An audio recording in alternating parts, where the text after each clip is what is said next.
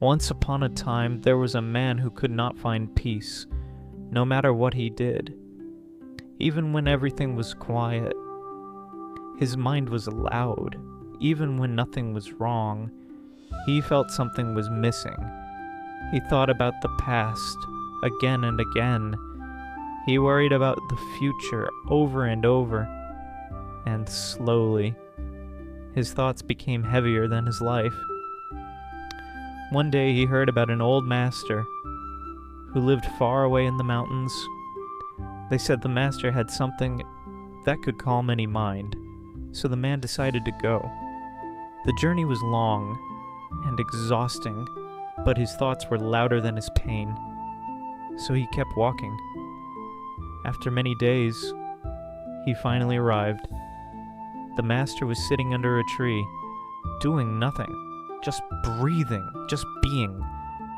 The man approached him and said, "Master, I cannot find peace. My mind never stops. No matter what I do, it keeps thinking." The master looked at him and smiled, but he said nothing. Instead, he picked up a small cup and began to pour tea into it. Slowly, carefully, the cup began to fill until it was full, but the master didn't stop. He kept pouring and pouring and pouring. The tea started to spill over the edges and onto the table, onto the ground. The man watched in confusion.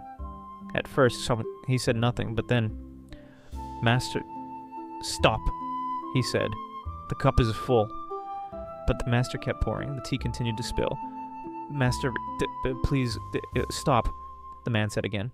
"There is no more space." Finally, the master stopped. He looked at the man calmly and said, "This cup is your mind, and it is already full of thoughts, full of worries, full of fear. If you do not empty it, nothing new can enter." The man stood there in silence. For the first time, he wasn't thinking.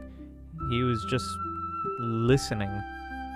And suddenly he understood. Peace was never something to add, it was something to remove.